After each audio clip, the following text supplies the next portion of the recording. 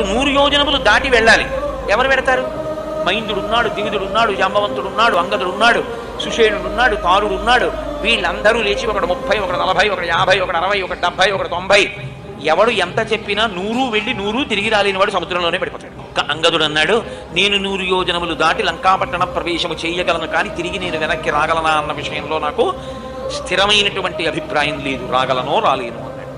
జాంబవంతుడు అప్పుడు స్తోత్రం చేశాడు, హనుమా నీ శక్తి నీకు తెలియదు, నువ్వు నీ శక్తిని పుంజుకో, నీ బలాన్ని నువ్వు మరిచిపోయావు, నీకింత శక్తి ఉంది, నువ్వు వాయుదేవుని కుమారుడవు అని స్తోత్రం చేశాడు. హనుమ ఉత్తరక్షణ ప్రతిజ్ఞ చేశాడు, నేను ఇక్కడ నుంచి బయలుదేరితే, నేను నిలబడినప్పుడు, నేను ఇక్కడి నుంచి ఎగిరినప్పుడు నా పాదముల యొక్క శక్తిని భూమి తట్టుకోలేక పాతాళములోకి కుంగిపోతుంది.